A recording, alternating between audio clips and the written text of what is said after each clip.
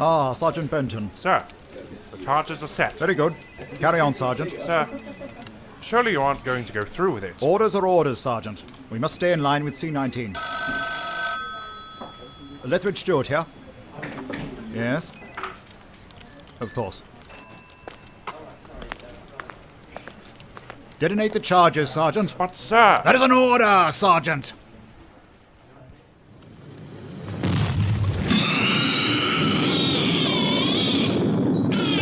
That's murder.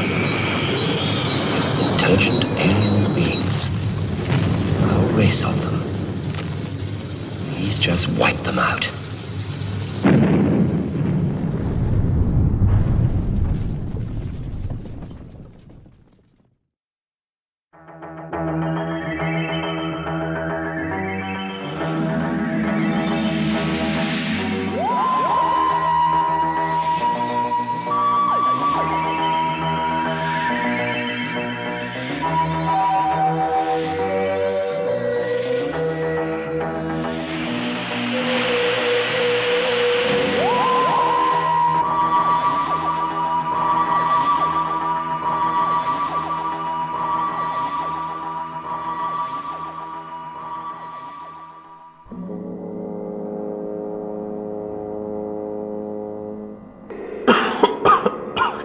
Jesus. Why would I do all this? I've been at this job for 10 years. Once I'm done with this, they'll never be able to show their faces in public again. Evil. Totally evil. They'll be exposed soon. They'll... No. God, no. Not down here. Go back now. God, it must know where I am. That's right, trainer. We've sent the stalker after you. Are you close by? I'm dead. I'm dead. And they've killed me. The murderers. Trainer, come back to us. Trainer, please. This is pointless. You knew when you signed on with us, you signed the OSA. You couldn't just walk away. We need you back, trainer. Whatever your gripe, let's talk about it. You're too useful to us to lose you like this. Like I'd fall from that. Trainer. Hello, trainer. I'm sorry, trainer. You had your chance. You blew it. God, no!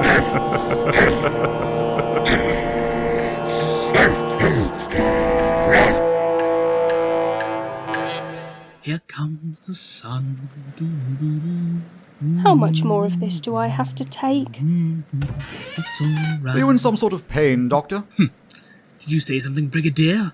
Or were you just releasing some of that pent-up hot air you keep in your breeches? Can't annoy me today, Doctor. I've got my happy head on. Quite. And why is that? Because, Miss Shaw, today our C-19 paymaster, Sir John Sudbury, is due here to tell us exactly how much money we're getting in this coming financial year. If we're really lucky, we might get a new captain out of it. Quite impressed with young Yates. Quality officer material.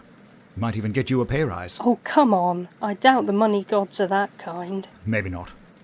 And what exactly is he up to? I don't know. I came in this morning and he was seated exactly where I'd left him last night.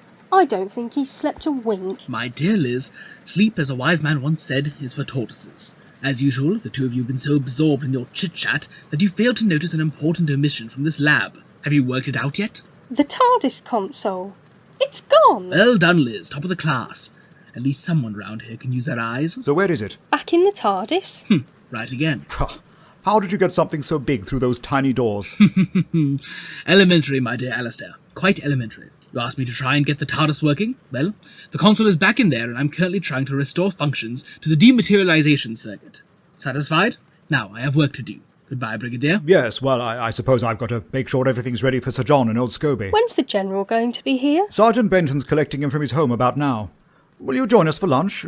Cold buffet, I'm afraid, but the best I can offer. I'd be delighted. If there's nothing for me to do here. I'll take that as a no. 12:30? On the nose, Miss Shaw, on the nose. Through those doors? One day I'm going in there to see exactly what he's spending unit funds on. Well, now at least the weather's clearing up. Raindrops keep falling on my head.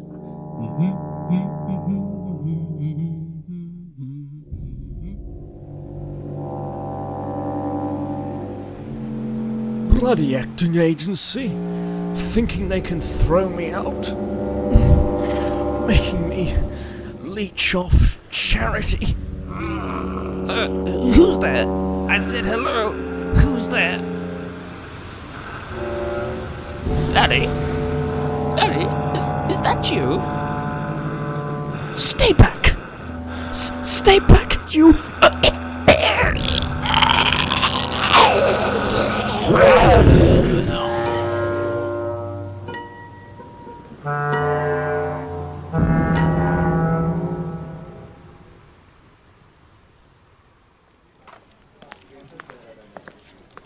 Morning, Miss Shaw. Private? Would you like me to take those up? That's very kind. You're new here, Private? Boyle, ma'am. Gary Boyle. First week. Well, Private Boyle, it's on the second floor. Can you find it? Yes, ma'am. Thank you very much. Good morning, Miss Shaw. Sergeant Yates, where are you off to with that lot? Stores. Being put away for a rainy day. Integration with the army making the budget tight? Well, if we're on an economy drive to get more funding for unit, it struck Benton and me that the less hardware lying around looking surplus to requirements, the better chances of more dosh. As a taxpayer, I'm not sure I approve, but as an overworked and underpaid lab rat, I appreciate it enormously. And where are you off to? Lunch with the higher-ups. Ah, with Sir John. It's always best to stay on the right side of C-19.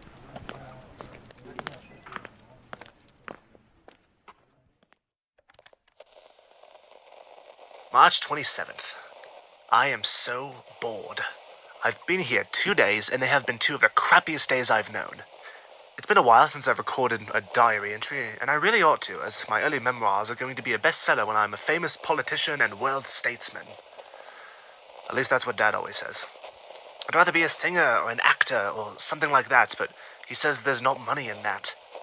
Mum says I shouldn't be asking things like that, and Dad says he better not be raising a bloody commie. What even is a commie? It's all very well to be well off like Dad and the others in Parliament, but Steve Moret calls money a status symbol. I asked Dad what that meant on the phone last night, and he said Steve and the neighbors were scum, which means Steve was right. Why am I here? Bloody good question. Officially, it's that Auntie Eve wants you to visit, but unofficially, it's a month of Mum and Dad having a be nice to the constituents with barbecues and parties every night. Why can't my parents be normal? Why does Dad have to be an MP? Why can't Mum go to work like other mothers? Why am I stuck here recording the memoirs of Mark Marshall OBA Volume 2, The Angsty Teenage Years? Marcus, your auntie said lunch is ready. You'll like this. Baked potato skins filled with cream cheese and red kidney beans. Oh, fab. Just what I wanted. Dr. Shaw, always a pleasure to see you, my dear. How are things? Stuart looking after you properly, is he? Everything is fine, General. Excellent, excellent. May I present Sir John Sudbury? Scooby, old man, how the ruddy devil are you, eh? I'm Lethbridge Stewart. Good to see you again, old chap. Splendid young man, that Private Brigadier. Polite, pleasant, and chatty. Good to see our troops are up to their usual standards. Splendid setup, Brigadier. Quite splendid. Ah, and who is this young charmer, eh?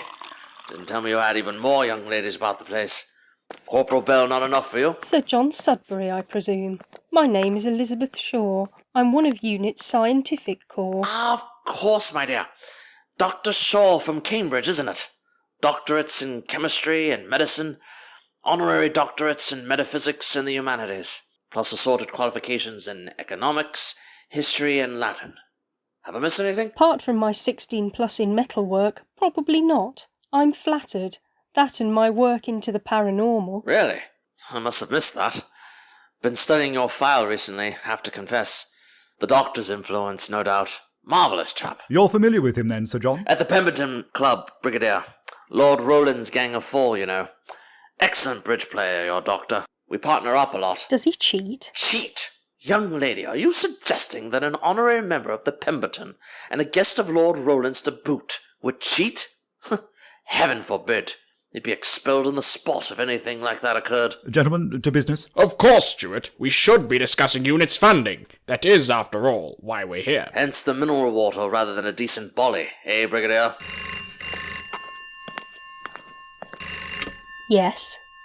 Of course. Dr. Shaw, would you mind? If it was for you, Brigadier, I would have passed it to you. Sorry, go on, Doctor. Liz, I cannot begin to explain to you how important this is. I've managed to reconnect the stabilizing dionodes and the transceiving telecircuits. All I need to do is feed in the directional memory wafers and weld the dematerialization casing back into the Artron filaments. Then, a few months of steady-state micro-welding, and it'll be completely finished. Where would you like to go? Cambridge. But Liz, what about Florana? Or the wonderful waters of Major 17? Cambridge has wonderful waterways, Doctor. It'll be May week soon. You'd like that. Lots of toffs on punts, sipping champagne and playing bridge. Liz, it's June. May week's in June. I'm confused. But all right, maybe Cambridge soon. But surely you'd like a spin-off planet? Somewhere out there? No thank you, Doctor. I prefer to keep my feet on terra firma, you know. Oh well, suit yourself. I'm going back to work.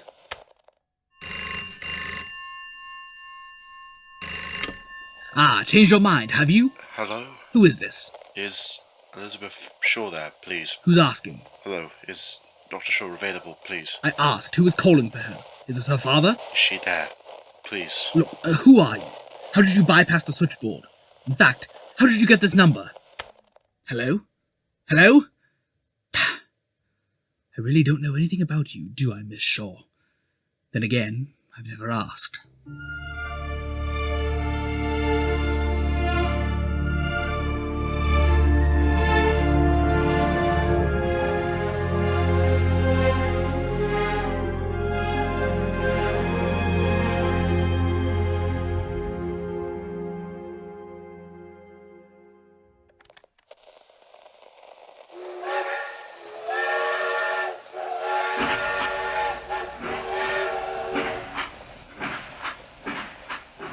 March 27th, still. I'm on my way back to Auntie Eve's now. So that was Dungeon S. We come out of the station near the seaside and walk down this long road that eventually vanishes. It's like one of those roads on an airfield made in concrete segments.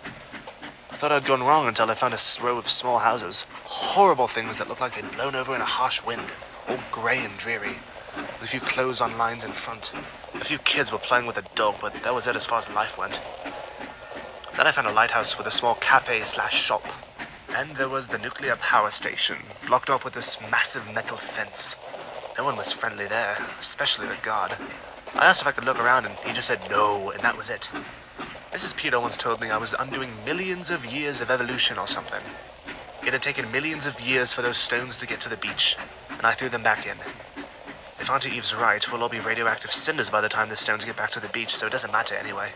Now, I'm nearly back in the small marshes. It's 3:10. I'll stop off at Casey's and see if Auntie Eve's magazines have arrived like she asked. No doubt she'll tell me what a good boy I am. I want to go home. Home, Manchester. I want to see Steve and Matt and Alex and Jackie and Osmonde and the rest of the gang. I want my own bed, my own room, my own sheets and pillows and everything. I hate this place. And we're pulling into hell now, so I'll record something later. Huh. I wonder what the police are doing up the road.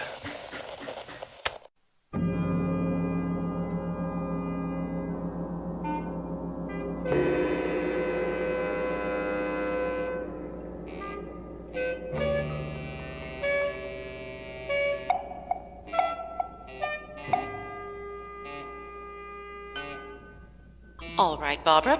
Going inside the house now. Damn kids trespassing. Hello. My name is Barbara Redworth. I'm a police officer. Is anyone there?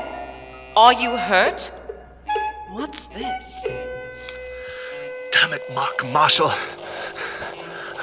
I thought I was following some adventure. The Devilbacks. They're coming. I have to hide. Right.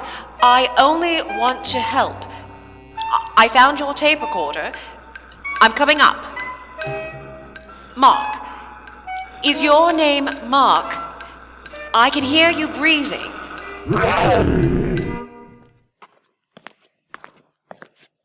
Liz, there you are. Have you seen this? Obviously not. You've been given the only copy. A policewoman has been found drawing pictures. What do you think? Give me a moment. But Liz, don't you see? They're back. Who's back? The Silurians, I'm sure of it. What are you going to tell the Brigadier? Nothing. Knowing him, he'll try and blow them up again. That's not completely fair, Doctor, but I take your point. So what we've got here is a burnt corpse, a missing boy, and a disturbed policewoman, linked by a tape recorder in a house. And the woman is drawing primitive pictures of bison, woolly mammoths, saber-toothed tigers, and tall man-sized bipedal reptiles with 3 eyes. And Doctor, I've got your keys. Oh, right, Liz. And before I give them to you, just confirm something. What? That you're going to drive off down to Sussex and play Hunt the Silurian without informing the Brigadier. No. What? You're wrong. We're going to jump into Bessie and drive to Sussex without telling the Brigadier. Now, Doctor, we both work for him, and although I don't like it very much, I do regard him as a friend. I'm not going to just disappear without him knowing. He has a right. To what, Liz? A right to what? To destroy them? To get his clod-hopping soldiers down there, tearing up the seaside trying to find something new to shoot? No, Liz, don't you see? I can't let him. Not yet. This time I've got to try and communicate properly, to make both sides see sense, before we have a repeat of Derbyshire, before the Brigadier wipes out yet another colony of intelligent, decent, amazing beings, simply because he and the likes of Sir John Sudbury are afraid. Listen, Liz, the Brigadier is a brave man. He's not stupid, his mind is quite open and receptive, but first and foremost he's a soldier, queen and country and all that. But us, we're scientists, aren't we? We see a wider, global picture, universal if you like. Please, Dr. Shaw, we have to find the Silurians and help them. I don't know where you're going, Doctor, because when I came back to the lab you had gone, taking Corporal Hawke's report with you. You only want me there to navigate anyway. I'm not spending 2 hours in Bessie getting cold and irritable while you ignore my directions and claim you know a quicker way. Well, I'll see you tomorrow then. Yes, I'm sure.